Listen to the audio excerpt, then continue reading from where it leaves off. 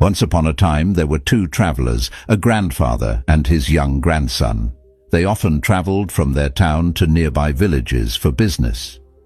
The grandson followed his grandfather, not just to help, but to learn about work, life and wisdom.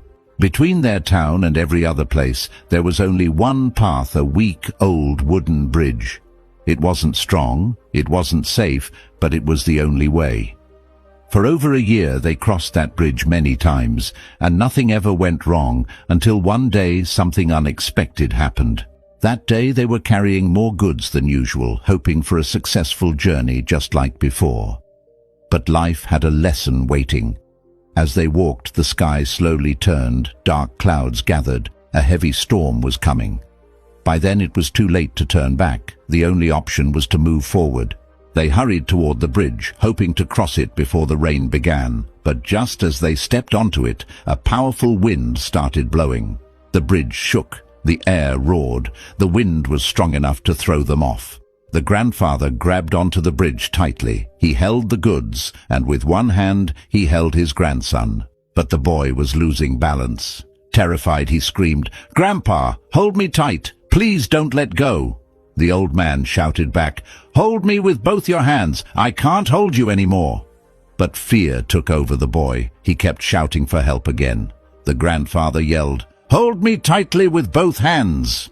Finally, the grandson listened. He let go of everything else and held his grandfather with both hands.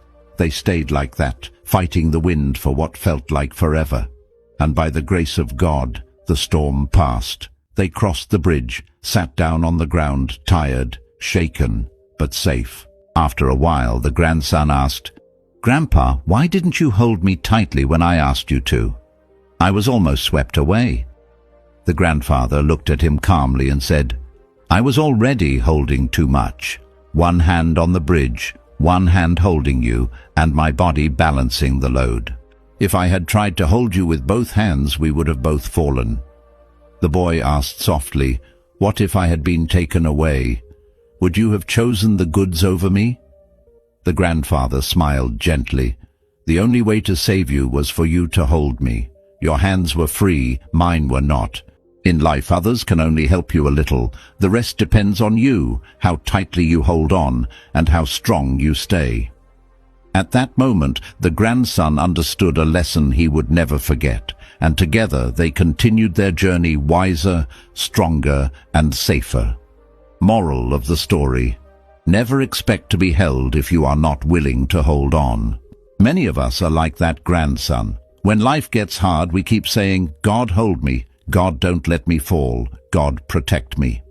But we forget to ask ourselves, how tightly are we holding on to Him? God is already holding you. He is carrying your life, your struggles, your burdens. But your hands are still free. You can't ask Him to do everything while you refuse to trust Him completely. Hold on with faith. Hold on with belief. Draw closer to Him. Because sometimes the only reason you feel like you're slipping is because you're not holding on tight enough. If this story touched your heart, comment "faith" first. Share it with someone who needs hope right now, and follow us for more messages that lift your spirit, strengthen your trust, and guide you forward. May God give you the strength to hold on even in your hardest moments.